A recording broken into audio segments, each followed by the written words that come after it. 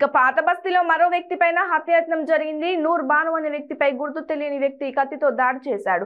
పోలీసులు బాధితుడిని ఓవైసీ ఆసుపత్రికి తరలించారు. ఈ సమాచారం అందుకున్న AIMIM floor leader Akbaruddin Owaisi పరిస్థితిపై ఆరా తీశారు. దక్షిణ మండలం జోన్ డీసీపీతో మాట్లాడారు. నిందితులపై చర్యలు తీసుకోవాలని కోరారు.